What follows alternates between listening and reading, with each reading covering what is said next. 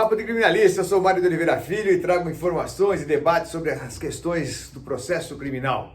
Muito bem, o ministro Fux, na ação 969 do Distrito Federal, mais uma vez foi o ministro Fux, né?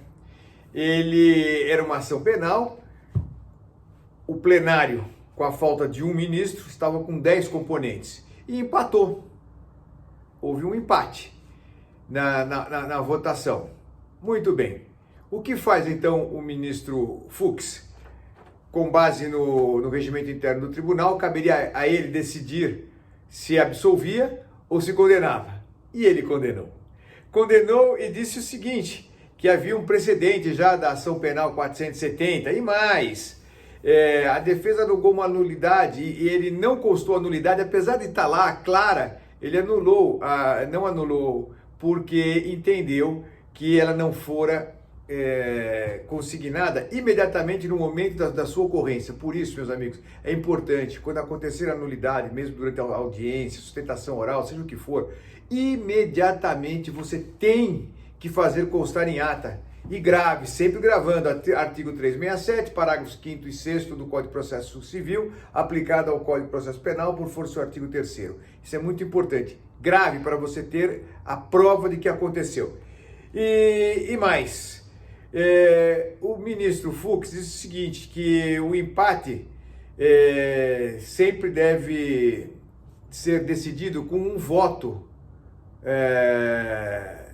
que é de alguém que ainda não votou. No caso, seria o ministro que ainda não foi empossado, né? Não temos ministro ainda, são 11 ministros, nós temos só 10. Ora, ele colocou uma regra dessa, sabe-se lá de onde ele tirou?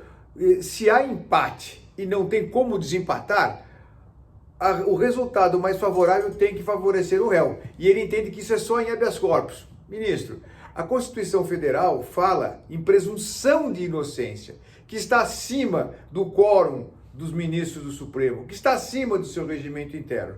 A Constituição Federal garante a presunção de inocência. Havendo empate, é de uma questão óbvia, de lógica, que o empate tem que ser favorecido ao acusado e ele tem que ser absolvido. Essas normas que dão preferência ao voto de desempate são importantes, são interessantes, mas se não tem um ministro, não se pode passar por cima disso. Muito bem, isso foi julgado no dia 24/11/2021, agora esses dias.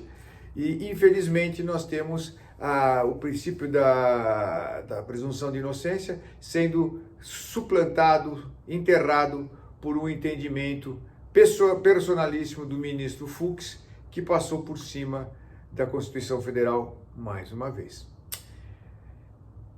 Papo de Criminalista, na luta, e a gente volta.